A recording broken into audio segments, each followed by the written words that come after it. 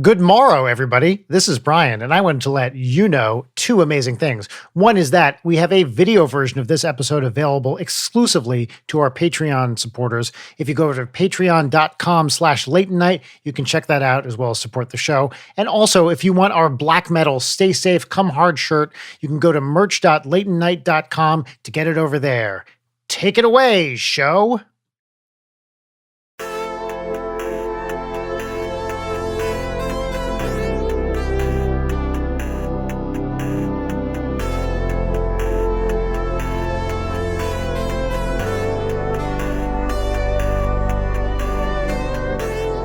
Was that a cheese stick?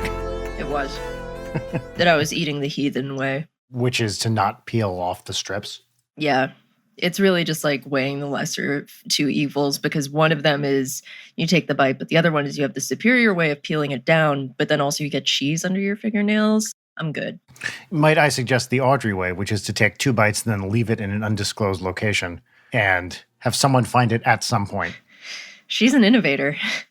It's the 6-year-old method. It's true. So everybody, we don't have a guest this week because we figured it'd been a while since it was just the two of us. This is true. Yeah, that's the reason. We also didn't book anyone. So I'll let you puzzle out which came first. But yeah, it's just a classic old school late night episode. Yeah, fully during the daytime, obviously. Folks who are listening to the audio-only version, we are also recording a video version for once because we did that for the weed episode and people liked it. So enjoy us sitting here and staring into the middle distance. Nothing interesting is going to be happening visually. You'll just also see our faces, I guess, if you want to see that. So if you want to see that, Patreon or wherever you find those things. God, I'm so good at promoting our content. I forgot to check which camera's on. Hold on. Is this it? Yes. Is it? It's not that. It's this. Okay, great. Yeah. It's my fancy new gamer cam. You got a gamer cam? Well, it was advertised as such. I think every cam can be a gamer cam if you're a true gamer. I think that's pretty much what it was. It was a mild step up from the built-in webcam, so. Well, Brian, we haven't spoken in a while, considering we had several episodes in the barrel. How you been? Oh, I'm great. We went up to Big Bear for a week. I'm acting like I didn't know this information. No, but that's fine. For those of you outside LA, Big Bear is a nearby mountain area with a big lake and a bunch of other mountain type things. We were there at the perfect time because it was pretty empty since it was too warm to be ski season and too cold to be summer stuff. So it was pretty unpopulated, which was perfect for us. Yeah. And Audrey had a good time? Audrey had a great time. Now, I sent you a video of what Audrey had the best time doing. So you might think, you drive, 2-3 hours out of the way. You go up, like elevation 7,000 we were at. So way up in the mountains, right at the base of a ski slope. Not that anyone skis, but we were there. Endless mountain fun to do. But the real attraction was inside the house, which were the carpeted stairs, which Audrey spent, and I'm not exaggerating, about an hour a day running up and sliding down on her butt and running up and sliding down on her butt. It was not a big house, but anywhere we were in the house, we heard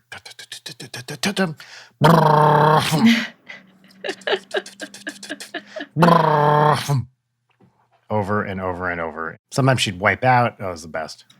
Before we got home, she said, "Can we get stairs at our house?" Just get a staircase to nowhere in your backyard. Yeah, like where are we going to put, we have one story. We do not live in a 2-story house. I mean, you've been to our house. We have 2 very small steps that separate basically the front half of the house from the back half of the house. Yeah. Which are more of a tripping hazard than anything else.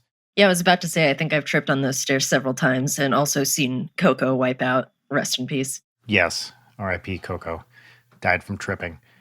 Yeah, so we have 2 very small stairs, but they're not a full, 12-step. They're not appropriate for a child to slide on. I mean, a regular stair isn't appropriate for a child to slide on, but has that ever stopped any child from doing it? Fuck no. No.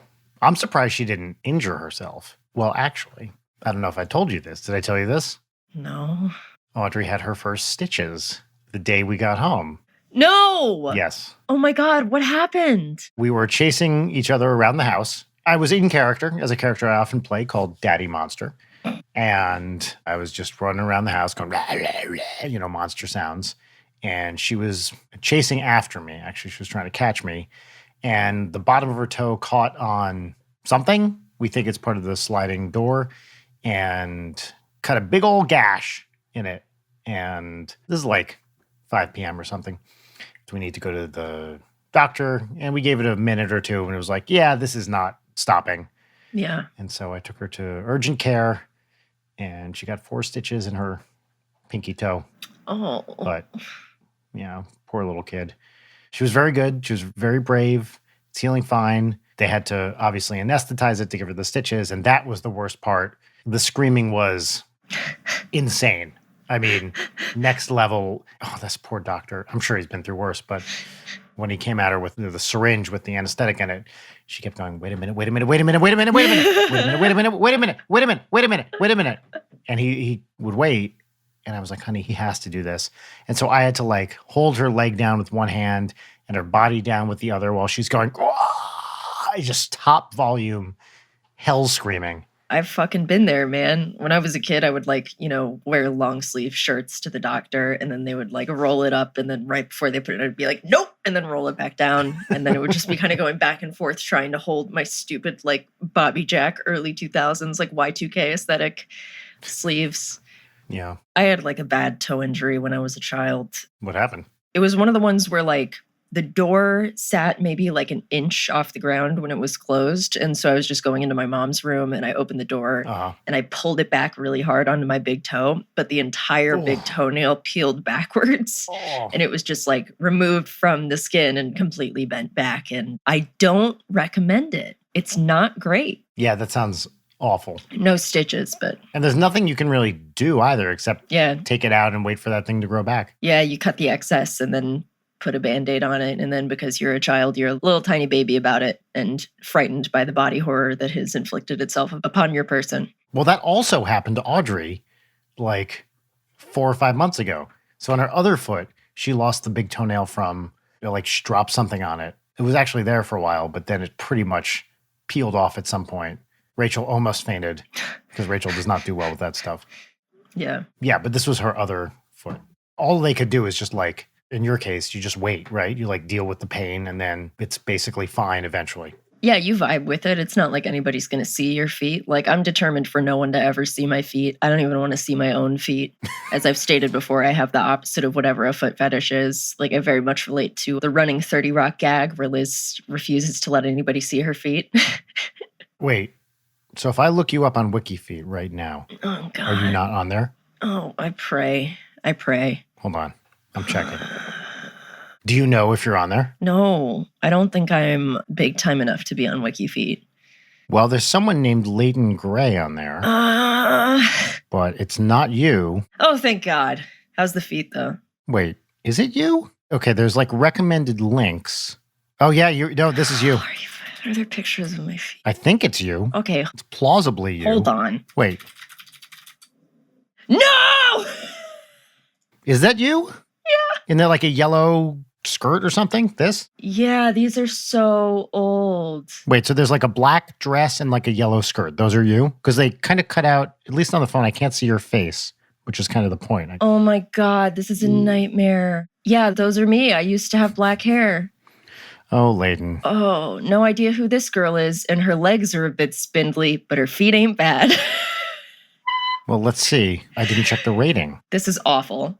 I hate this. You have, well, actually, I can't see a number, but it looks pretty high. It's between 4 and 5. Great. I'm so glad. I'm so glad that my teenage feet are on this website. This is great. The feet in the water, is that you? Yeah, all these are me. These are Instagram posts from 2016, maybe. Oh, wow. So someone really dug here. Well, that's depressing. Congratulations. Yay. I love to have my feet sexualized online. Wow, I have 2 bads and 1 ugly. Come on. This is bullshit. Did you see the article that was going around last week about the woman who contacted the man who was uploading her foot pics? No. I'm so upset by this. I'm so actually legitimately upset by this. I'm sorry. It's okay. Yeah, here. Q&A with the man who keeps uploading my feet to WikiFeet. Ah. It's a good article. It's basically an interview with this guy. Here. So this is from The Cut. That is a broken-ass link if I've ever seen one. That is not a good link. Let me try this one. No. What the shit? Okay, just copy and... Yeah, I got it. Yeah. So this is an article by Laura Bassett. She noticed that someone was uploading her foot pics to WikiFeet, and she reached out. I guess she found out who it was through a little bit of sleuthing and reached out to the person, and he wrote back, and they have a very interesting conversation. Robert, is it just Robert, or do you go by something else? You sound young. Yes, just Robert. And I'm 60 years old, young lady. Oh, this is wild. I gotta check this out later while I'm attempting to remove my teenage feet from WikiFeet. You must be able to do that, I would imagine. You've got to be able to be like, no. Just going to take a drink of some urine here. Is that some nice green tea? It's delicious piss. Yes, that is some lovely green tea. You must be able to... Be like, hi, those are my feet. Please remove my feet. God, I've always been so vigilant ever since I've been at least slightly in the public eye. But that was prior to then where I was like, I'm never going to be online. And you really didn't know those were up until right now. That's amazing. No, I had no idea. You have to admit, it's surprising that you wouldn't have checked, or no one would have checked, especially since we've talked about. Because I was sure that I had not posted pictures of my feet. Well, so what do? Do we ask people to go rate them higher or just ignore them? Is it like the thing where you spill red wine on a white dress and then the solution is just to cover the thing in wine, so we should put even more foot pics? Oh, I can update my birthplace, birth date, and shoe size information. How does one report this picture?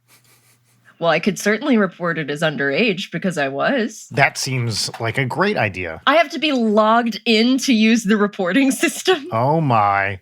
Oh no. Wait, people who liked my feet also liked Kristen Bell's, Caitlin Olsen's, and Emma Watson's. Okay. God damn it. I have to make a WikiFeet account so I can report my own pictures. I'm looking at, a lot of these are from 2020. My WikiFeet men rating went up, actually. Used to be 4.67, now it's 4.71. Was that due to Leighton night listeners? Might be. That's plausible. What should my username on WikiFeet be? I was going for please don't post feet, but I don't want to be too negative. Official Leighton Gray Feet. Leighton Gray Feet official. No. Stop posting my feet. That's my username. Great. This episode has turned into me legitimately trying to get foot pics taken down. Well, here's the question is, if people know this, are they going to be dicks about it? And I mean, no one listening to this would, I think. Whatever. This is a journey, guys. We're in this together. Okay, create WikiFeet. My username is stop posting my feet. The nickname is already taken.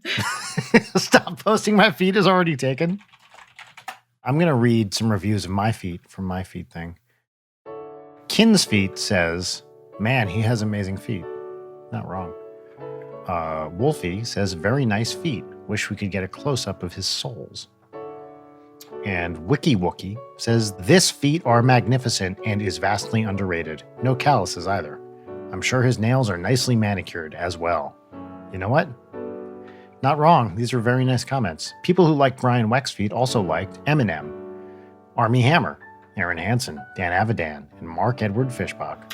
Oh, they got to get that cannibal feet. Yeah. Most of the Eminem pics are him in a straitjacket. Yeah, they only have shoes if you're in a straitjacket. Wow.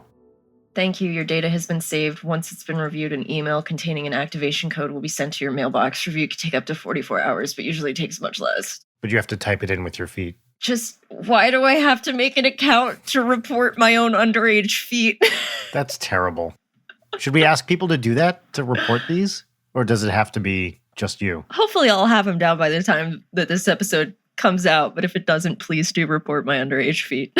That's so upsetting. I hate everything about that. Yeah, it's a funny bit when it's you, but when it's me, it's like, oh no. Well, the fact that you were a kid. Yeah. Oh. C'est la vie, motherfuckers.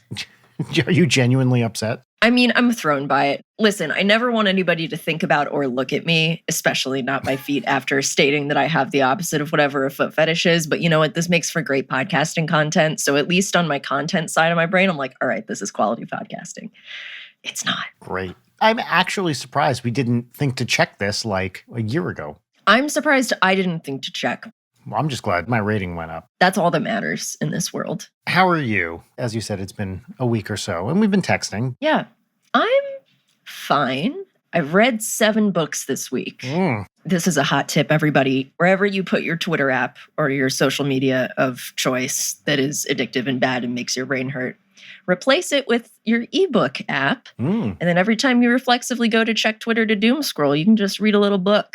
But yes, I've read 7 books this week because I'm an insane reader and never stop. Like full-size books. Yeah. This week I read Gerald's Game, 11/22/63, Johnny Got His Gun, On the Downhill Side, Zombie by Joyce Carol Oates, Of Mice and Men, and The Road. And then today I started reading Cat's Cradle.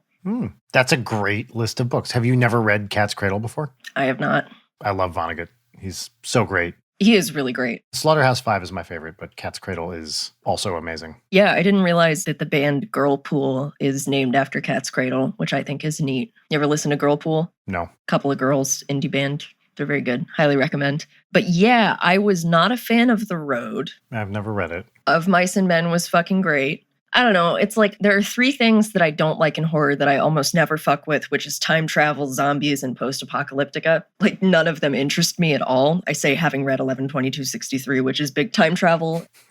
And also like 1,500 pages or something. Yeah, that one took me the longest this week, which was like 48 hours. Damn, you are fast. That's crazy. Yeah, buddy. I won some speed reading competitions in school. Very good at standardized testing to the point that they would be like, you're not done. You're not finished. Reread your work. And it's like, I already did it and I'm going to get a perfect score. You motherfuckers, look at my history of scoring on this. These are easy. You read the questions first and then you read the piece and then you already know what the fucking questions are. Anyway, but 11/22/63 in proper Stephen King form, it's like 95% of this is brilliant.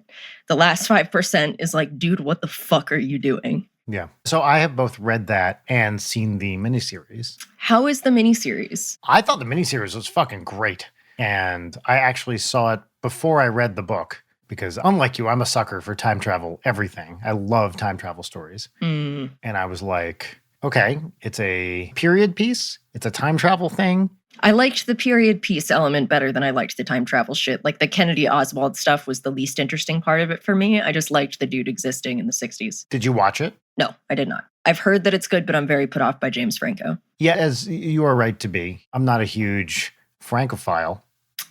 Never say that again. Right.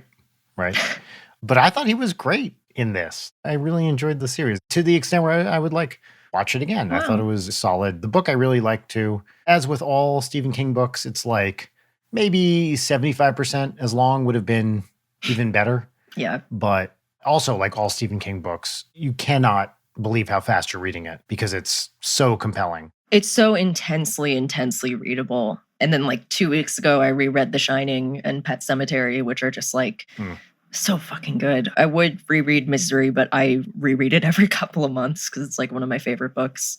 It's just the best book about hating writing.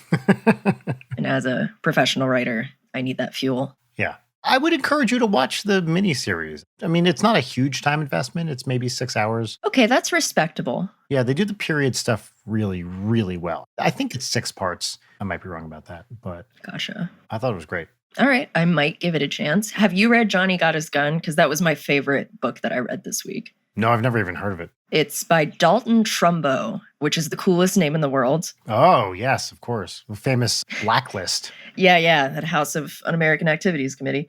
But it's about a kid who goes to war and gets his eyes, ears, mouth, tongue, both arms, and both legs blown off. Oh, God. And the book is all taking place as he's in the hospital bed realizing what happened. And it's like a mix of his memories and him having like literally no way to communicate that he's conscious. And it's so like introspective and beautiful. And it's very staunchly like anti-war. And then like the whole story with it coming out is that it was published either 3 days before, but I think 3 days after World War II started. And so Trumbo was like, you know what, maybe we bring this back so that we don't hurt the war effort here. If you like the short story, I Have No Mouth and Must Scream, it's basically the last sentence of that, but an entire book. And it's pretty like respectably short, but just like really gorgeous prose and genuinely horrifying. Like you feel claustrophobic reading it. Oh. But yeah, that was good. And then Of Mice and Men was fantastic. It's a classic. I'm surprised I did not read it in high school. And I didn't realize fucking John Malkovich was Lenny in the movie, and Sherilyn Fenn's in it. Really? Yeah. There must be an older movie version of that. There are a couple of movies. Right, yeah. Wow, Malkovich and Fenn. Yeah. He's a weird cast for Lenny, though. Mm-hmm. And I read it because of that bit in 11/22/63 where the main dude convinces that big kid to be in the play. And like, that is actually the first time that a book has brought me to tears from being moved in like so long. And I was like, oh, can I force this into a full cry? Like, come on, let me at least roll one. And then it was like, nope, gone. Yeah, I'm not the biggest Steinbeck fan. I like some of it. What else did he write? East of Eden, Grapes of Wrath. Those are the big ones. What are the other Steinbeck ones? I definitely was forced to read Grapes of Wrath for school, and I remember absolutely nothing about it. I've read all three of those, but East of Eden was the most recent. That was probably about 6 or 7 years ago, just because it was like a hole in my knowledge. It's very readable, but it never particularly clicked for me. My favorite thing in that book, actually, which is not in the book, is his author photo. Let's see if I can find this. Yeah, please. Have you been reading anything lately? Yes, actually. Here, okay. You should be not getting this picture because it didn't go. Oh, fuck. All right. I'm not going to send this to you right now because I can't figure out how to do it. That's fine. Describe it to me. Yes, he is holding a cigarette. He has a very dapper mustache, and he's looking right at the camera. He's holding a cigarette, I think, between his two fingers, and it's a very aggressive pose. Here it is. All right. Now it should come through. Okay, I'm waiting. I'm staring at the Zencaster link. I'm waiting. Yeah, that's a vibe. Wow. Yep. Sometimes I wish that I could grow a mustache because that's just such a look. Audrey told us she wants a big fucking bushy mustache. That's one of her goals. Big old mustache. Is it like genuinely scratchy to have facial hair? Like, what's that experience like? Well, Audrey uses my face mainly as sandpaper. I woke her up this morning and I was just kind of cuddling with her in bed, and I noticed that she was taking her arm and just doing that on my face. And I was like, honey, please don't use me as a scratching post. You know, I keep it short enough where it's actually like, it's not itchy for me, but if you grow it out a little bit, especially on the neck, it gets real itchy. But no, most of the time you don't really notice it. Although I will say when I grow the beard out, I do find myself stroking. Yeah, like that's the thing that I'm most jealous of, or being able to do like a, you know, it's thoughtful, it's contemplative, it's how people know that you're serious. Yeah, that's right. It's also a really great way to annoy one's partner. Yeah, my primary experience with that has just been like, dude, my face feels like it has been rubbing against a Brillo pad. Please put beard oil on this for the love of God. Like the lower half of my face is just bright red. Yes. I mean, just also visually is really what I meant. Oh. Rachel just hates the way anything but essentially stubble looks on me. And her attitude is like, you do it, it's your face, you do what you want. But I'm lodging a vote of complaint against nearly everything. The one she hated the most, correctly, was the pencil mustache, which I believe I've sent you that picture. I'm not sure if you have, but was it like a John Waters pencil mustache? Yes, it was. Beautiful. Here, I'll find this. This is a good one. It's very upsetting. Oh, God. This was such a bad choice. I had it for maybe 10 minutes, and Rachel was like, you have to stop this. Stop this fucking madness. WikiFeet account activation. Okay, thank God. Okay, it's been activated. I'm looking. Okay, wait, you've sent me an image. That's not bad, Brian. Really? Yeah, it's not bad. Okay, great. Well, you and my wife differ greatly on that opinion. She really hated it. She said it looked intensely creepy. I'm logged in. Let me report my own goddamn feet. Well, to answer your question, what have I been reading? I just finished, and I think I talked about this on a previous episode, my first Jeff Vandermeer book. Hold on. I'm sorry. WikiFeet.com says reporting system is for experienced users only. If you have a problem with a picture, please contact the admin via the contact us section. What? Welp. That's stupid. Contact us. Email address. Email me back, you motherfuckers. Do you want me to real quick send him an email that says, hi, my name is Leighton Gray. You're about to hear from an imposter who wants my feet taken down. Do not pay attention. I feel like I have to take a screenshot of my own WikiFeet page just for like posterity, unless they choose to like not. Couldn't hurt. Yeah, You want to document that rating. It's a solid rating. it is not bad. And I need to get that comment that says my legs are too spindly. That was a comment that someone left? Yeah, no idea who this girl is. And her legs are a bit spindly, but her feet ain't bad. Oh, I thought you were just saying that. No, I wasn't evaluating my own feet. My own feet are fine. Oh, well, I wish I could understand the thought process of someone rating random people's feet online. I don't think I will understand that. Yeah, okay, what do I write in this message? Hi, I found the WikiFeet page for myself, Leighton Gray, and then I put the link. Maybe include a link to like your Twitter or something. Is it not going to let me paste? I'm sure if you tell them that you were underage when these were taken, they will take this down with a quickness. Oh, that's exactly what I'm saying. And all these images were taken from my Instagram, and I was underage at the time of posting. I would appreciate if you could have them taken down post haste. I am happy to provide verification of my identity if needed. Thanks. Do you want to attach a picture of your feet to the email so they can make sure it's you? It's like identifying bird tracks where it's like, we got to match. We got to make sure they match up. They better take these down quick. Although I wonder what the admin suite is like. What if they're dicks about it? I mean, it's not impossible, right? It is a site on the internet, so who the fuck knows? Okay, sent. Great. We'll update y'all on the WikiFeet saga.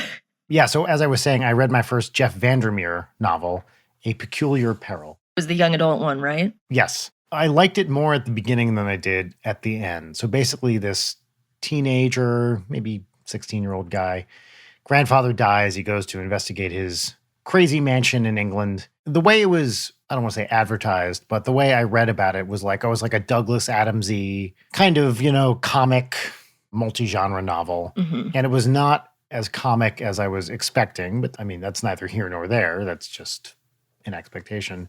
I felt like when it was trying to be funny, it was generally unsuccessful and had so much stuff going on. I've never read a Vandermeer, although I understand this is kind of how he works. It was so packed with stuff and ideas and characters. And it's part one of a duology also, so necessarily ends on a cliffhanger. That doesn't bother me at all.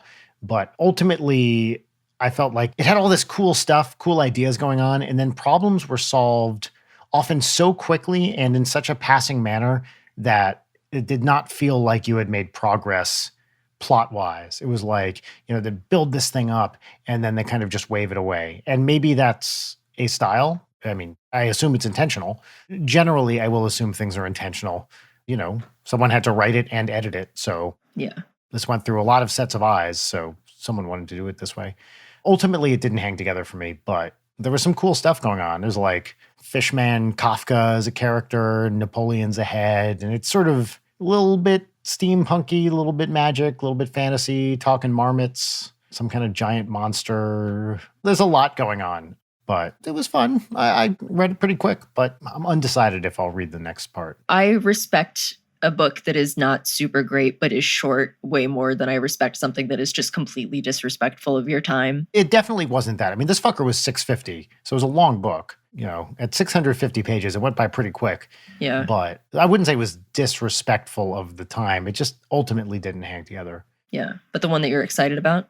Yeah, I think I mentioned this too. It's called Broadband. It's like the story of the women who built the internet. Yeah. I own that book. I just started it this morning, so I'm like 20 pages in.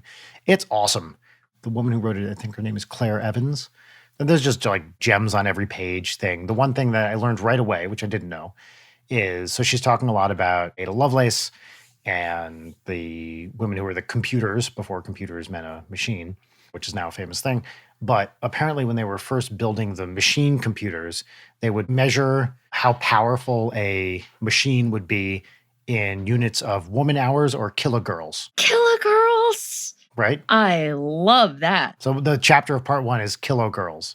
So they'd be like, I'm just making up. This is like a 5 kilogirl machine because it has the computational power of 5,000 women. God, that's tight. Isn't that awesome? I should actually read that. That's great. Yeah. Yeah, I don't know about you, but I go through phases where like I either read a ton of fiction or a ton of nonfiction, but it's really hard for me to switch between the two because I'm usually reading like a couple of things at a time. Like I'll jump around. Mhm. But like right now, this is a little late night spoiler, but I'm working on 2 different new Deep Cuts episodes that I'm going to need to do some heavy research for. And I found a bunch of books on the stuff that I want to read, but like jumping into them, some of them are very, very dense, like academic paper dense, which I can hang with, but I'm not always in the mood to just be like, just use a regular word. You don't have to use a 3-syllable word here. This is so stupid. Oh, yeah.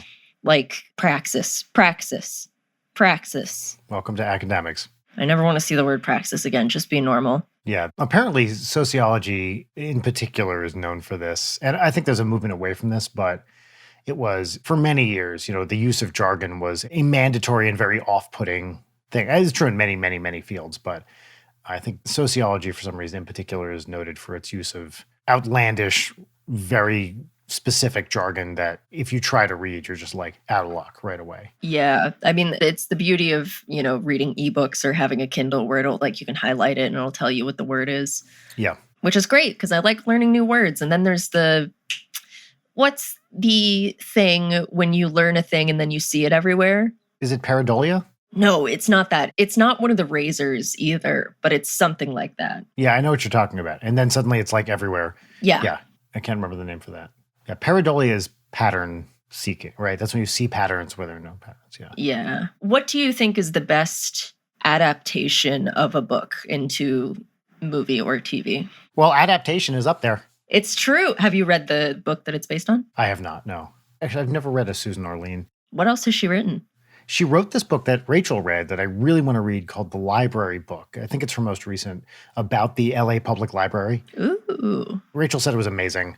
I heard some interview with Orlean about it. So I'd love to read it. She sounds like a super cool and interesting person and a great writer. Other than that, I don't know. Before we move on from that, there's a really good IMDb piece of trivia on the adaptation page that's like, one day Susan Orlean visited the set and like she met Charlie Kaufman and she was like, you have no idea how embarrassed I am right now. And then he immediately went, not as embarrassed as me, and ran off the lot. Wow. Yeah, beautiful. That's amazing. I mean, 2 very cool people. Being very afraid of each other. Who are individually geniuses. Yeah. Yeah. Well, I'm trying to think of famous, I have nothing that jumps to mind right away. Yeah, I need to look at a list. Famous adaptations of books. I love asking questions where I did not have an answer in mind. Yeah. Oh. I mean, the first one my brain goes to is The Shining is a great movie. The Shining, the book, is a great book. Yes. But it's not an adaptation of the book, The Shining. Yeah. Oh, probably my favorite book and movie individually is Ready Player One, which is so good, start to finish. Yeah, what's your favorite part? It's either the readying or the playing. I was more of a one guy myself. Yeah, no, that makes sense, yeah. For whatever fucking reason, I was watching clips from that movie. I did not hate the book as much as some people I know. I enjoyed reading the book, mainly because it's literally aimed like a laser at me for everything in it. Yeah. So. Except it sucks and is bad. Well, yes, but I had a great time reading it. That movie I fucking hated. Of course. Hated that movie. I thought it was just boring, unwatchable, no good Spielberg stuff. Didn't even feel like a Spielberg to me. Felt like a collection of crap, which is, I understand how the book felt to many, many people. But yeah, honestly, I feel like if I was 5 years younger or older, that book would have done nothing for me.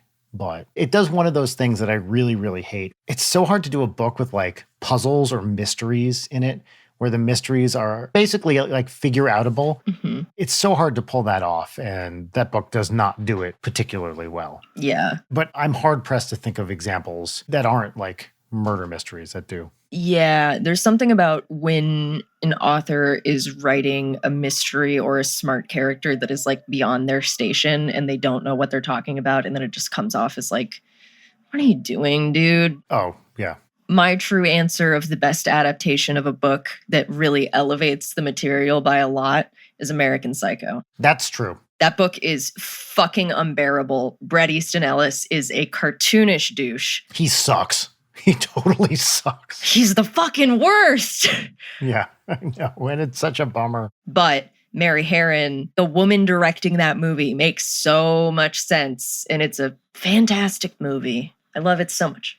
I haven't read No Country for Old Men, but that is what's coming up on these lists a lot. That's another Cormac McCarthy, right? Yep. I mean, like, his prose in The Road was really great. It's just like, I mean, there's a roasted baby on a stick, which I was into. Well, that's about it. Sure, you got to do that. The moment you throw baby death into something, I'm like, all right, I respect this. You went there. Did I ever tell you about right after I graduated from college, I have a friend who's an actor. Did he roast a baby on a spit? Well, I'm sort of getting there. She was in a play called Paradise Hotel, which I understood after going to see it or reading about it or something. This is like late 90s in New York, that the actual title of the play was Hotel Fuck. So we walk in and there were skull babies all over the set, like baby dolls with skulls on them all over the set. Okay, into it. I remember looking this up at some point. I think this is considered by some to be like a very important piece of art. It's like a thing people know about. Can't remember who the playwright was. But all I remember from this play is that it fulfilled every negative stereotype I had of experimental theater, where people were talking in very exaggerated French accents throughout the whole thing. And someone would walk up and they'd be like, "Oh, are we going to the Hotel Fuck? I hear there's a lot of fucking at the Hotel Fuck." And then someone said, "No, we are going to the Hotel Beautiful Roses, where all the beautiful roses are." And then someone else would walk in and say, "I want to go to the Hotel Fuck to fuck." Like this for like an hour and a half. My friend was in it. Again, like, I want to take this shit seriously and be respectful, but it was so over the top bad. My tastes run fairly avant-garde. I don't know a lot about experimental theater, so I didn't really have context for this, but I was like, I do not see what is going on here. But I will always remember, "Are we going to the Hotel Fuck to fuck?" surrounded by skull babies on this set. Was there a narrative purpose for the skull babies? No, it was just like set dressing, as far as I could tell. There's something like so horrible about seeing bad improv or bad theater because of the intimacy of it. Like when I was taking an acting for non-majors class in college/high school, like we had to go to a certain number of university plays like every semester. And God, I saw some fucking awful plays. Yeah. It's like, it's mandatory that I'm here. I got to write a paper on this. I'm going to suffer. I dragged somebody else in there once and I was like, okay, I can never put one of my friends through this ever again. Yeah. But it's so hard, like anything. There are a lot of people trying very hard, and you never want to be derogatory or dismissive of people's, efforts. But sometimes shit's really bad. Yeah. And I've seen a lot of bad improv because most improv is bad. And that's not even a judgment. That's just like a statement of fact. It's just inherent. That is the art of it, is elevating it beyond the bad. And, like bad theater is bad. Bad improv is somehow worse. Wow, Brian, I Googled Hotel Fuck, and you're going to be so surprised to hear this. Tell me. But it seems like there are full-length versions of this play on like a ton of websites, like X Hamster, got X Videos, Tube Safari. These all seem really legit. I wonder if they have other plays on here. Let me look and see if I can actually find it. Okay, yeah. Good luck searching any variation of Hotel Fuck. Oh, yeah. Uh-oh. Hold on. I have an idea here. Hotel Fuck in quotes. Oops. Oh, no. I forgot to put the quote in. Hotel Fuck in quotes, and then I'm going to try experimental theater. I found it. Wow. Okay, yes, here it is. Here it is. It's by Richard Foreman, who's the founder of the Ontological Hysteric Theater, which is a very famous thing. And let's see. Major works, Paradise Hotel, a.k.a. Hotel Fuck, New York City, 1998. This must be the production I saw. Toured to Paris, Copenhagen, Salzburg, and Berlin. Wow, this guy is like very prolific. Yeah. I hate art, actually. I think art is bad, and I think artists are cowards. Oh, hold on. Let me read this. Okay, so this is from Playbill, 1998. To get some kind of bearing on the surreal, philosophical musings of legendary downtown director, designer, playwright Richard Foreman, his 46th play and latest play, Paradise Hotel, begins with the following statement. This is a quote. All audiences must now be informed that the play Paradise Hotel is not, in fact, the play Paradise Hotel, but is in truth a much more disturbing and possibly illegal play entitled Hotel Fuck. For this, we apologize. And the summary of this is in Hotel, a typically Foreman-esque group of paranoid sexual adventurers get tangled in a war between good and bad hotels, with their dreams of sexual nirvana leading them from catastrophe to catastrophe. Okay, sure. Edgelords like this give us edgelords a bad name. Yes, totally. Listen, I'm a humble edge farmer. It's not much, but it's an honest living, and these people just want to take this beautiful thing away from us. Allow me to transgress without being cringe. Amen. That is the edgelord's prayer. I like that a lot. The edgelord's prayer. Say it again. Allow me to transgress without being cringe. Yeah. That is pretty fucking great. That reminds me of the benediction that one of my favorite comic writers / radio hosts, Andy Breckman, one of my all-time favorite radio shows on WFMU, 7 Seconds to Play. For many years, they would begin with the following benediction, which was, may this show succeed while the shows of my friends fail, and yet may I always be perceived as a team player. Yeah, that's good shit. Yeah. Makes me think of just how grim it is that the prayer that is taught to children is, now I lay me down to sleep. Ugh. Pray the Lord my soul to keep, and if I die before I wake. I always want to go the Shel Silverstein route on that last line, which is, I pray the Lord my toys to break. But, I pray the Lord my soul to take.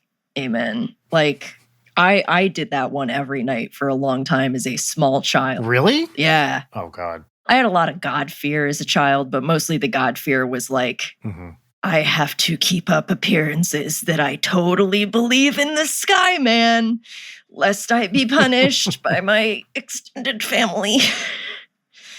It's fun. But it was mostly me kneeling next to my bed and looking out the door to see if I could catch my dad watching The Simpsons, because I was not allowed to watch The Simpsons that young. So your parents would enforce that you said prayers every night?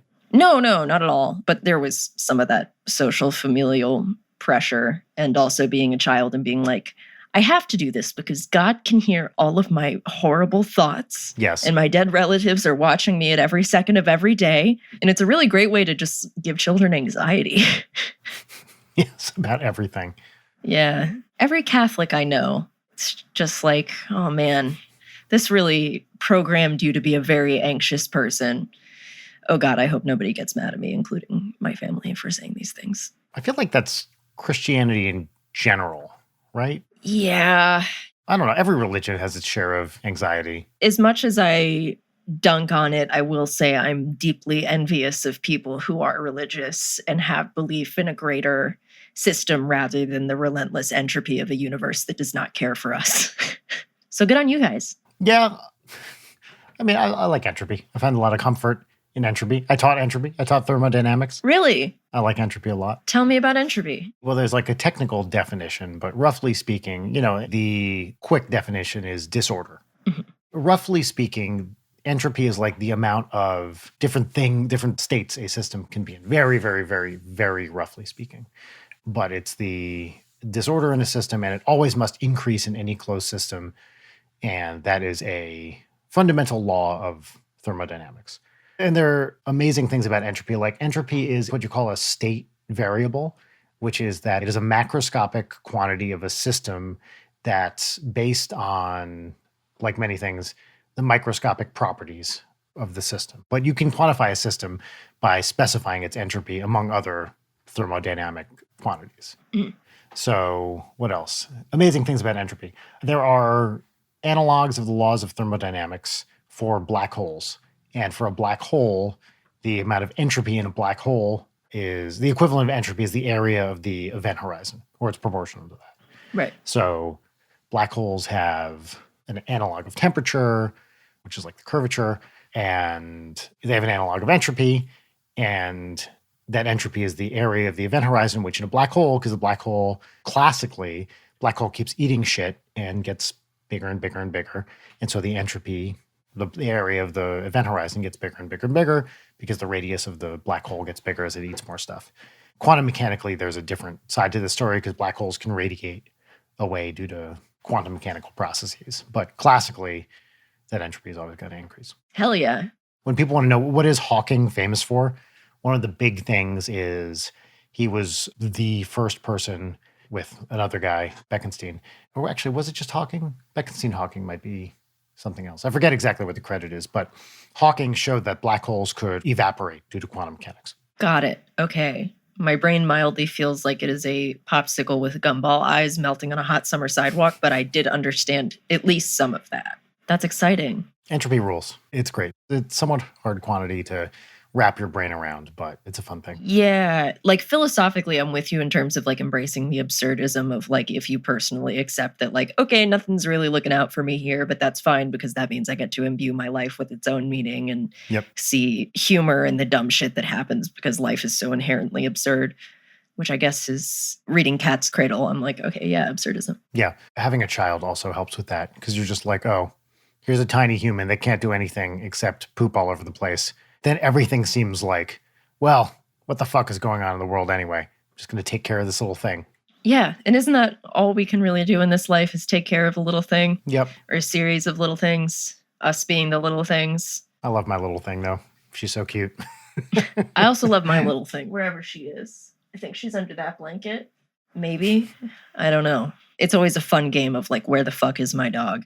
Because she's so tiny. Did you see this viral thing about the Chihuahua Prancer? Yeah. The soul of an 18th century Victorian youth trapped in a Chihuahua's body. How did they describe it? It was like 50% rage, 50% tremble, I think was in the post. Yeah, completely accurate. My only 5-year plan is have another Chihuahua. I need maybe to have a little friend because it would be the cutest in the world. Yeah. I feel like we need to talk about piss talk. No, we don't need to talk about piss talk. We already got the fetish stuff into this episode. I don't want to talk about piss talk. Okay, well, I sent Leighton and Jarek an article earlier, and we're not really going to get into it about the ironic piss fetishization on TikTok, which is worth your time. We'll post a link to it. It's in Rolling Stone. See, because when you sent me that, I thought it was about also a very real thing on TikTok where people are doing it unironically for the fetish content of just like, here's me pissing in my diesel jeans. That's what I thought it was going to be, but it's more ironic. Yeah. The screenshot I sent to me says it all, where one of these people who was joking about, you know, like pee on me, ha ha ha. Well, this is a quote from the article. After posting her video, she was surprised to see in the comments that many people thought she was serious. And it's like, have you never used the internet before? Yeah, there's got to be some sort of Godwin's law or whatever about, you know, just assume that everyone is going to assume that everything you say on the internet is 100% serious. Always. Unless you say this is serious, and then everyone will assume that it's a joke. Yeah. Oh, I found a great thing. Actually, I really like it. It's a browser plugin that demetricizes social media, specifically Twitter. So it completely removes any number from followers, retweets, all that stuff. Oh. So you can go onto Twitter and you can't see anyone's metrics, yours or anyone else's. I hadn't realized that this mattered to me until I installed this plugin and all this stuff vanished. And I felt this wave of relief like I haven't felt when it comes to Twitter in years, because I was like, oh, I can't see it anymore. I'm not going to know if anybody cares about this. You know, you can like click on things and see comments, but... Yeah, and then when you see a dumb opinion that has 200,000 retweets or whatever, it keeps some of your faith in humanity intact, at least. Yeah, totally. And it's just so nice to not worry about, you know, like how many people retweeted this or whatever. To me, I wouldn't say I worry about it, but I am interested in the metrics for trend reasons, like, yeah, you know, just in general, right? And also promoting your stuff, like that is sort of something you have to totally keep an eye on. Generally, the rule for me and the disheartening thing for me, and I think this is true for most people, is like post a drawing, that's like 100 likes. Post a picture of my face, 3,000 likes. This totally sounds like a humble brag, but there's a thing to, oh, this thing that I worked hard on, nobody gives a fuck about. People just care about this thing because I'm hot. Like it... I love to be a woman on the internet and have people post pictures of my underage feet. I wish I could zoom this webcam at will for comedic effect. Alas, I cannot. I don't know if that's true for me with if I post a selfie, does it get more engagement? I don't think so in particular. But so I think that is definitely a woman thing. Yeah, it's cool. I love online. There's no rhyme or reason, as far as I can tell, to what I post that gets engagement, either with me or NSP. Yeah, and honestly, I don't want to understand it. There was a point in my life, especially when we were working on Dream Daddy, that was all about how do we make the most shareable thing possible. And now I just would like to be as inaccessible as possible. Yeah. I make content for myself, not for you. Don't look at me. I saw some quote, I think Danny found it or something, where it was like, when I was little, I wanted to be famous. Now all I want to do is live in a trailer in the woods. Oh my God. This is a sentiment that literally everyone I know, including me, has expressed multiple times. I'm faking my own death and moving to a cabin in the woods. Yeah. It's just simple living. We talk about Twitter a lot on here. We talk about Twitter like every single episode. It's so unbearable recently, just in general. I've loved not looking at it and reading books instead, because it also means that I fabricated a moral high horse. But I love when people are like, oh, did you see that thing? I'm like, I have no idea what you're talking about. I don't know what the discourse is. I don't care. I don't care about who's mad. I don't care about who's being shitty. I don't care about who's being canceled today. Like, ignorance is bliss. I would do a thing with NSP where I schedule tweets, except part of living on the internet in 2021 is that you have to check that some horrible tragedy hasn't just happened before you post something and then sound like an ignorant monster. Because, like, sometimes I'll just write a bunch of jokes and schedule them to go. And I had some scheduled tweet that came out right after an Eagles of Death Metal concert in Paris. And there was some kind of shooting, big tragedy. Sorry, the shootings all run together for me at this point. Yeah, right. But this one was weird because it was in Paris, right? Anyway, some tragedy. And we had some NSP tweet that had been scheduled to go out and went out, I don't know, while this was taking over Twitter, and people got so mad. And I was like, I mean, I guess I get it, but it's also... It was a scheduled tweet. Yeah. You schedule tweets. Sometimes it doesn't work out. And I wasn't online, whatever. Yeah. I do want to show you something because this is important. I don't think you got this text. Oh, you got the Queen Bee today. I got the Queen Bee today. Earlier today, folks, Brian and I were texting about New York Times Spelling Bee, as we do on our Patreon. If you want to pay money for our Patreon, we do Spelling Bee and New York Times crossword sometimes every week in mini-sets. Today was good. The center letter was a W. It's weird. What pushed you to Queen Bee? Because I hit a wall around whatever I sent you. I think you said it was 116, I think.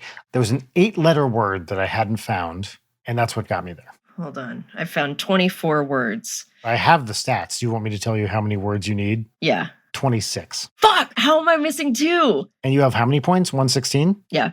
All right, so you're missing, it's hard to say, but probably like a 5 and a 5 or something, right? Yeah, I got yowl, Riley, worry, worldly, wordy, wordily, word, woolly, wool, woody, wood, wiry, wily, willowy, willow, will, wildwood, which was just a guess on my part. That's the one that pushed me over, Wildwood. It's also a town in New Jersey. Oh, wildly, wild, widow, rowdy, rowdily, dowry, and dowdy. By the way, fucking stupid that dowd is not a word. Dude, I was totally thinking of Van Dowd, champion. That's totally a word. Also, willy should have been a legitimate word. Yeah, there were several of them that were stupid. Oh, I think I might see the ones you're missing. Anyway, I think you're close. There were no insane words I've never heard of before this week. Ridiculous. Should we move on to segments? Yeah, sure. Well, there's really a short one this week. Yeah, it's short. It's just you and I. We've covered a variety of extremely interesting topics that people will love. Is it time for What's Poppin'? Here's the theme song. What's poppin'?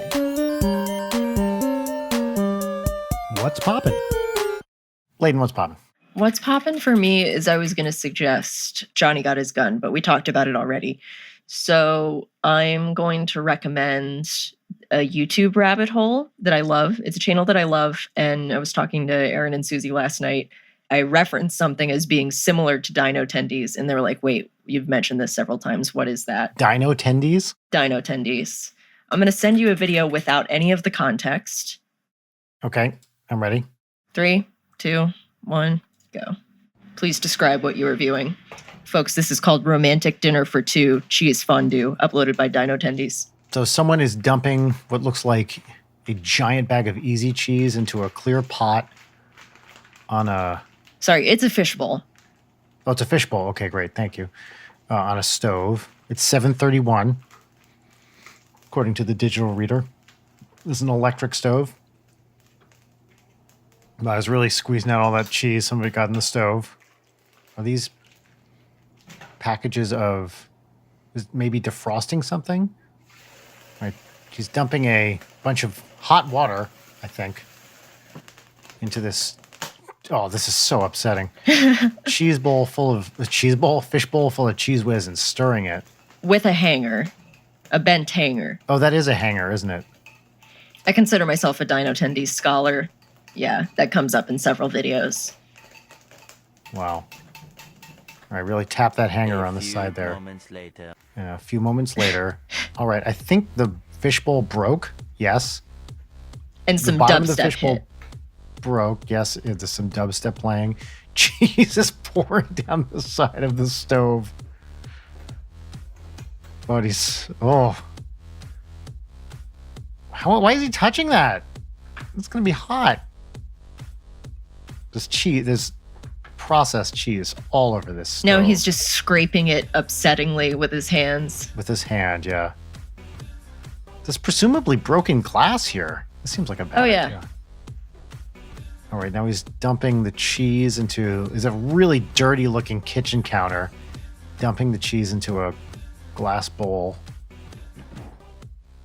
Are those potato chips in the background? I just gave the OK sign. The ones in the back are Pringles that he put in the oven, which is a regular move for Dinotendies. All right, and now he's slicing up some Spam and has a can of Vienna sausage, too. Oh, just took a bite out of raw, unheated Spam. The dubstep's still going. Yeah. Cubing it. Did I mention the can of Vienna sausage? Armor brand Vienna sausage. Is this what this channel is? Yes. We just dumped out the Vienna sausage on some cardboard. We've got some Pringles, setting it out. And that's it. Okay, so I highly recommend that you watch more videos from this channel. I should have picked one that has the possums in it. Very little is actually known about this guy. He never shows his face. He never talks. We don't know where he lives. But essentially, he is squatting in this house that all of it looks like this kitchen. Like, he has a bunch of videos where he goes like dumpster diving for stuff, which is very telling about the state of food waste in America. And then he cooks. And he has possums that he's friends with, and he feeds the possums. And so he lets the possums in and he cooks for the possums. And like, they hide in the little warming tray under his oven. But they are an absolute fucking delight. These are real live possums? Yes. Fucking crazy. Yeah, there are several of them, and he's named them. But yeah, I love Dinotendies. Ross was the one who introduced me to him, so I'm very grateful. It's just an absolute delight. And also, like, so few views for something this good. So yeah, that's what's popping for me. Wow. What's popping for you? It's also a YouTube channel, actually, this week. I don't know how Rachel found it. The person's name is Tomostein. Do you know this channel? Mm-mm. This is a person who does absolutely stunning stop motion animation. Oh, I've seen these. These are amazing. Yeah, here, watch this one. So the person uses dice and Lego to do these little animations. They're so cute. The sound design on these is amazing. Sound design is incredible. I think the person is Japanese. I'm not totally sure. I mean, it sounds like a vaguely Japanese name. And Audrey loves watching them. They're really cute. They're really fun. And the animation is just unreal. Mm-hmm. Well, yeah, because I think the first one of these I remember in the very early days of YouTube where like somebody did the first Lego cooking short where they make like guacamole with like little poker chips. That was like nominated or won an Oscar. Oh, really? Yeah, I think so. I don't think this is the same person, but it did sort of kick off a trend where a lot of people do this. This channel is pretty new. It's just like a couple years old. All Audrey wants to do is watch this. Yeah, it's very satisfying. It's very satisfying. It's really fun. Yeah, that's it. That's what's popping. I love that channel. It's great. Lovely. That's a good one. All right. That's 2 YouTube channels. Getting those holes, everybody. Getting that YouTube hole. Hell yeah. All right, we've arrived at our final segment, which is a gratitude exercise and also an opportunity to bitch about something minor. Peaches and lemons. Peaches and lemons. I'll go first. We'll start with a lemon. Great. My lemon is, when you bite a place in your mouth, like the corner of your mouth, and then you have a bump there that's really painful that you can't stop worrying with your tongue. Uh-huh. I have one of those. Thank you for using the word worrying like that. I like that use of the word worrying to mean just like poking at. I like that. Yeah. And then you eat stuff and then you catch it again and it hurts. It's like similar to the feeling of getting a coffee or a hot chocolate and taking a big fat sip and then you burn your tongue like a motherfucker and then the rest of the drink is ruined because your tongue's so burned. Mm-hmm. It's good stuff. That's my lemon. What about you? My lemon is that before we left on our trip for Big Bear, we knowingly left a small load of laundry in the open washing machine, just being like, you know what? We knew what we were doing. This was not an unconscious decision. Left it there, being like, we'll deal with it when we get back. And then we got back, it smelled like complete ass, which was maybe not the most surprising thing. But we had to do the thing where you like dump fucking vinegar in your washing machine to make it stop, to like disinfect it and make it stop smelling like moldy crap. Yeah. It was gross and not a difficult fix, but you don't want to like get back from your family vacation and then just smell wet laundry. Coming home from a vacation to any smell is not great. It was upsetting. Yeah. That's my lemon.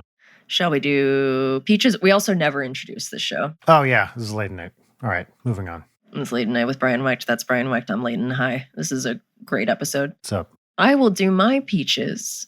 I went to Whole Foods 365 on Glendale for the first time in 365. I have not gone there because it's expensive and very tiny, and I am afraid. But I went early in the morning on Saturday, and I bought a variety of fancy cheeses because I really wanted some fancy cheeses. It's the thing I've been missing. And I got some nice manchego. I got some dill Havarti, and I forget what it's called, but it's the cheese that's like soaked in red wine. That's the stuff. Oh, what is that called? Fuck. Why can't I remember that? I don't know. It's amazing, though. Folks, if you've never had that, do yourself a favor and get that wet cheese. I mean, it's not wet, but it's like moist, but it's still kind of a hard cheese. I thought they were shutting that store down. I know. I also thought that, but it's still there. So I'm going to continue to take advantage of it as long as I can. And it is slightly cheaper than a normal Whole Foods. It is. Thankfully, it's still expensive, though. It's stupid. My second one is that my lovely friend Allison, who is a listener of the show and who moved to LA, which is very exciting. She's a tattoo artist, and we are collaborating where I'm drawing a flash sheet for her to tattoo. Nice. That's awesome. So if you're in the LA area and you want a tattoo that's my art and from my very, very, very talented friend, that will be available soon. So that means you can go to her and choose one of your drawings from the sheet to get tattooed. That's fantastic. Yeah, so I'm working on those. And then my last peach is that I was able to find a location that had extra vaccines, and I was able to get my first poke. Nice. So I got my first poke, and I'll get my second poke on May 5th. I did the same. Hey, did you get side effects from it? My arm hurt for a couple days. Yeah, I got like mega fatigue for that evening, and then the next day, I know the second one is going to get me real bad. Yeah, that's what everybody says. Although I talked to a friend yesterday who had a second shot and was like, nope, it's fine. No side effects. So, shit. But probably if the first one hit you, then the second one will. What kind did you get? I got Pfizer. Nice. Moderna squad. Hell yeah. Yeah, the place that I went, it was a very smooth process. Everyone was friendly. I was getting it, and the lady was like, you're not scared or anything. Are you ready? And I was like, no, I'm ready to go. And she was like, oh, I'm always excited when somebody's a little scared because then they get to see how painless it is. And like that relief is exciting, which was very sweet. Oh, that's nice. So that's good. Folks, if you're able, please get vaccinated. It is extremely important. Yes, I 100% agree. If you have any doubts, talk to your doctor about it. There are some immunocompromised people who need to talk to a doctor first, but generally speaking, these vaccines are so effective, it's ridiculous and incredibly safe. I made the mistake of posting a thing about, hey, everybody get vaccinated on Twitter. Yeah. And on Instagram. And people argued with you. Well, they argued, but I don't respond. So yeah, I wouldn't exactly say They argued with me. They argued at me. And I saw a bunch of people saying, oh, well, we don't have the data yet. We have the fucking data. Millions of people have gotten these vaccines. Yeah. And they are safe. There's no compelling reason for most people to not get one. Yeah. I imagine we're preaching to the choir here, but like, it's free. There are probably a lot of places near you that have extras, or if you have a medical condition, obviously you should get it. Yeah. But especially in the LA area, I've kept my ear to the ground, and that's how I found the place that I got mine at. I know there were a bunch at Bakersfield because it's like a few hours north of LA. That's where I went. Ah, nice. Yeah. But yeah, folks, do it so that you can indeed stay safe and come hard. I feel like that was an early drop of that. That's right. This is science. Getting a vaccine makes you hotter. It's just true. That's how science works. Getting a vaccine will make you come harder. So that's true. Yeah. That's the stuff. And also, if you want to stay safe and come hard, we now have our black metal Stay Safe and Come Hard shirt. Maybe there was a bumper for this at the beginning of the episode. I don't know. I'm just reminding you because it's cool. Yeah, we have that shirt, merch.leightonnight.com. And it's great. I love the shirt. Yeah, it's a lovely shirt. We also still have beanies and long sleeves available. Mm-hmm. Well, that's this episode of Leighton Night with Brian. I haven't done my peaches. What are you talking about? Oh, fuck. I'm an asshole. Do your Oh, my peaches. God.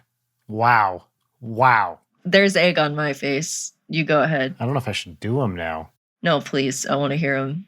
Well, I have to think of them. Well, okay. I'll go. Since you asked, I'll go. When we were in Big Bear, I took Audrey down her first alpine slide. Huh? Do you know what an alpine slide is? No, I have no idea.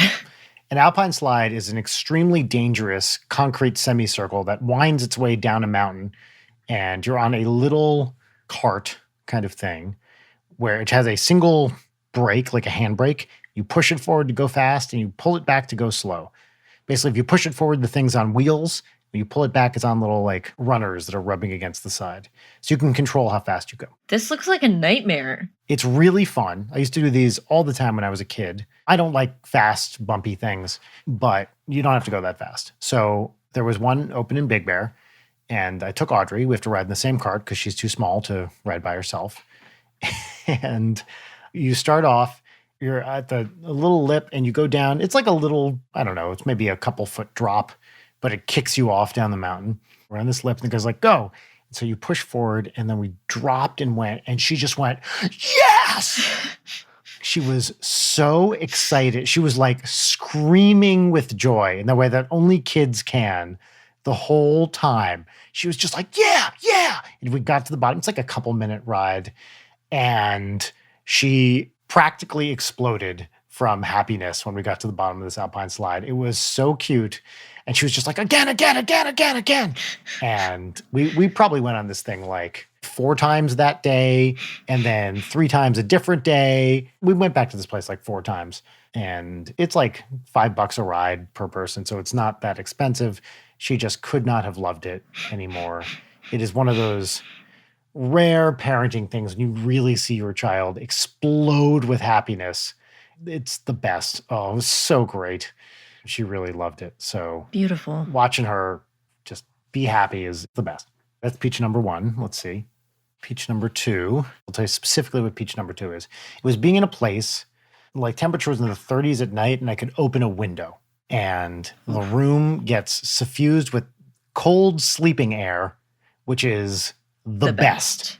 So you're in a warm blanket, and the room is like, it's not freezing, but it's cold. Yeah. And I have such clear memories of when I lived in Boston in the like mid 2000s as a postdoc, in the months of like October, maybe a little November, and then again in like March, keeping the bedroom window open and just having that cold air right there. It's the best sleeping weather. Yeah. And as always, because this is what I do, I slept like complete crap because I'm a terrible sleeper, but the temperature was great. Yeah. There's something about like being able to be all cozy, and then you throw like one leg out of the covers and it's perfection. Yep. One leg out of the covers. It's the best. Why is that like the best thing in the world? Like you bunch it up like between your knees so it's good for your back, and then it's living. It's the absolute best. The way our bedroom works right now, there's no window we can really open. Right. We have like a French door that leads outside from the bedroom, which I'm not keeping a door to my bedroom that leads to the outside open at night. Yeah. Not happen. I mean, it's in the backyard, but still, like, No, but that's a fuck no for me. no. First of all, Rachel definitely doesn't want it. I don't want it either. It just seems like you're asking for trouble. You're asking to get the strangers. 100%. And then there's like a tiny window on the other wall, which would not work well for this purpose. So we can't do this at home. You just get a fan in there. It's not the same, but it's something. It's not the same as cold mountain air. And let's see. Peach number 3 is we found a new amazing donut place up in Big Bear called Dank Donuts. I got matching mugs for me and Leighton and Jarek And I love it. because I texted them a picture of this place. These donuts were fucking awesome. Yeah, this place was like, oh, ha, ha, ha, Dank Donuts, ha, ha.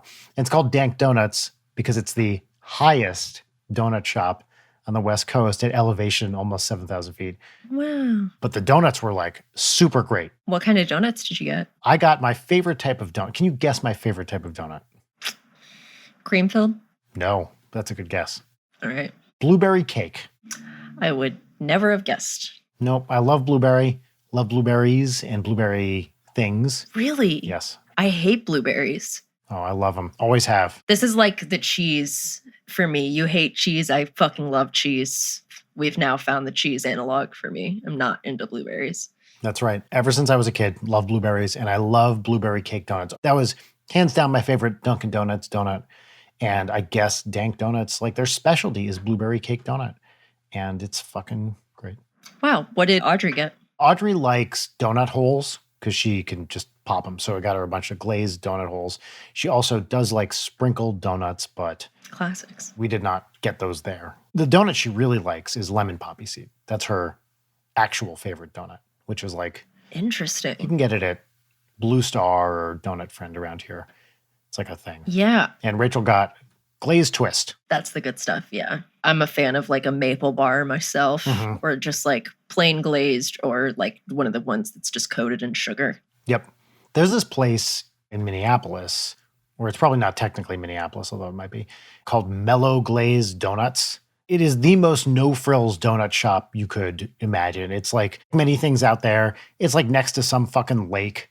You know, it's in some rando little corner of two streets. And they have the best donuts you've ever had in your life.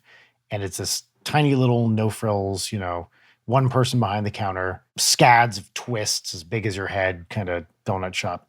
It's the best. It will always be the best donut I've ever had. We have one of those in Wilmington in Carolina Beach, which actually was voted #1 best donut in America. Really? Yeah, it's called Brits Donuts, and it's the exact same thing where it's like a little counter, and you can only get plain glazed donut and like a styrofoam cup of milk, and that's it. Mm. You go to the boardwalk, the line goes all the way down the boardwalk, but they're just like, Oh, yes. fuck, they're like dissolve in your mouth good. Yep. And you eat them on the beach, and it's perfect. And then there's also another weed-themed donut shop in Wilmington that I love called Wake and Bake. Oh, nice. Yeah. Those are some good donuts. I applied for a job there when I was a teenager. I did not get the job. Aw. It's tragic. I could have been eating donuts all day. Are you a Krispy Kreme fan? I love some Krispy Kreme. Yeah. I always got straight A's on my report card, so you get those free donuts. Rachel's a donut connoisseur, connoisseuse, I guess. And she does not like I think they're called raised donuts, whatever the Krispy Kreme style is, where it's not like a cake donut. It's like kind of wispier. Yeah. When we lived in England, this was exclusively the only kind of donut we could find. And it made her furious. Yeah. Like, we couldn't get like those cake donuts, you know? Yeah. I like both a lot. I think most places I will go for a cake donut over whatever that is, but like Always. it's a mood thing, you know? When we were at the old office, I would swing by Dunkin' Donuts every day and get a fucking large iced mocha, which is the worst possible thing you could drink, and then like a completely plain cake donut. And a couple of orders of their stupid little hash browns, and I would always leave one bag of them on Allie's desk every morning, and now I'm sad. Do you understand how remarkable it is that there's a Dunkin' Donuts in LA? Yeah. I mean, we grew up with these all over Jersey and then in Boston and everything. I remember moving out here to grad school in San Diego, no Dunkin' Donuts. And then a couple of them, I guess, opened up here, and it was like, what the shit? Oh my God, I couldn't believe it. Yeah. I'm surprised that there are Chick-fil-A's here. Yeah. There's no Bojangles here, right? I've never even heard of that. Oh, fuck, Brian. Bojangles is like the fast food chain. It's like fried chicken.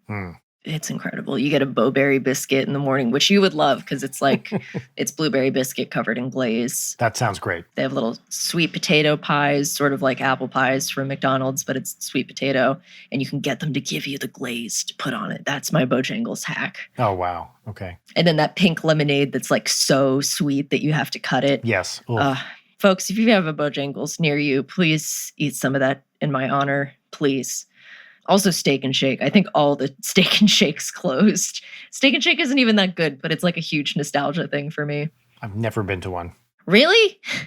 There's Steaks and Shakes. They had good burgers and like shoestring fries, and I always loved a good Nutella milkshake. It's just good stuff. We didn't have those in Jersey growing up. We did have a couple of places called Steak and Ale, which I also never went to. Yeah. That wasn't like fast food. That was like sit down kind of stuff. Steak and Shake is sort of sit down, which is interesting because it's fast food and it has a drive-through. But like if you go inside, it's a sit down, you have a waiter, waitress, whatever. Were there any like local fast food chains for you in Jersey? Let's see, chains. So New Jersey has this thing called char grills, which I've never seen anything quite like this anywhere else. There was one called the Anthony Wayne in Wayne, New Jersey. Anthony Wayne, a Revolutionary War general. This place was right next to the very famous and now defunct Fountains of Wayne, where the band takes its name from, which was a giant garden store that sold complete bullshit. And so what a char grill is, it's like you walk in and they have a giant kind of broiler / griddle, and you can get, it's nothing special. It's just like steaks and fries and milkshakes and that kind of stuff. But it's somewhere between fast food and sit down, leaning more towards fast food. But I've never seen anything quite like this anywhere else in the country. This place, the Anthony Wayne, had an amazing sandwich called a mixed grill, which was a burger with Taylor ham. Oh, fuck. That sounds so good. And they put mayo on it. And they had like crinkle cut fries. And it was just unreal. A burger with Taylor ham sounds so good. You'd sit in this like part of the restaurant where it was very dimly lit. The walls were, I don't know what you call it, but it's like, big rocks in cement, kind of that style thing. Yeah. And it's very like red carpet, sort of rustic, like wagon wheels and shit on the walls, round tables all over the place with wooden chairs. And we went there all the time growing up. Anthony Wayne on, I think it was Route 46 in Wayne. Oh, so great. And there are a bunch of those all over Jersey. They all have like the char, the grill, the broiler, names like that. This one was the Anthony Wayne. Now I just really want Taylor ham, which my preferred term is pork roll, which probably makes me a heathen. But no, I mean, you're aligned with roughly half of New Jersey. Yeah. So the wrong half. When I was living at home still, like that was my go-to little lunch, making a pork roll, an egg and cheese sandwich, getting that bread nice and toasty. Oh, you get that good over medium. So good. Yeah. Or just eating it straight up, just having a little snack. You score those edges. Oof. Yep. Get them to cut it real thick. That's the go-to in Jersey. Have you ever found anywhere here that sells Taylor ham? No, but I also haven't looked. I'm sure you could get it shipped or something, but it wouldn't be the same. You got to go to a fucking Pathmark and buy your Taylor ham. Can I get this shipped to me? Maybe at like Fat Sal's. Do you know Fat Sal's? Yeah, I do. I've never gotten them before because it looks like a little too excessive. I hate a tall sandwich, and I think that's bullshit. I believe we've talked about this on the show. Those are the sandwiches. It's like chicken tenders, mozzarella sticks, fries with gravy, ketchup. Each sandwich is like 4,000 calories plus, and it's just too much. My body, I feel like I would explode if I tried to eat those. But I feel like if any place in LA would have Taylor ham, it'd be Fat Sal's. Yeah, that would make sense. I just like, especially with burgers too, like if you go to a restaurant and you can't fit your whole mouth around it, or it's like the brioche bun. Oh, fuck the brioche bun. I think I've talked about this on the podcast before. I think we've talked about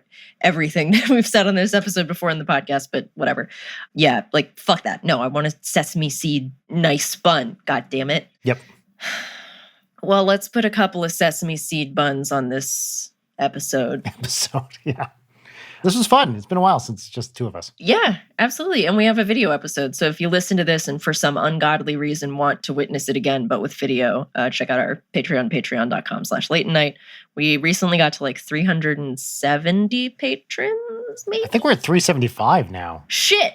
Well, all 375 of you, I don't know what you're doing, like why, but thank you. It is deeply appreciated. 76. And it all goes back into the show so we can do more cool stuff. And now that both of us are closer to getting that second vax, that means we can do stuff in person again. Yeah, hell yeah. And I get to see Audrey, who I haven't seen in a year. I'm so excited to see Audrey. I know. Soon. So soon. Soon. All right, folks. Thank you so much for joining us here today on this very special episode of Leighton Night. As always, stay safe. Come hard. That's the end of the episode. Wow, I really feel bad. That's it. That's the episode. Bye. Bye, everybody. Leighton Night is produced by Brian Wecht, Leighton Gray, and Jarek Centeno. Follow us on Twitter at Leighton Night, on Instagram at Leighton_Night, or email us at leightonnight@gmail.com.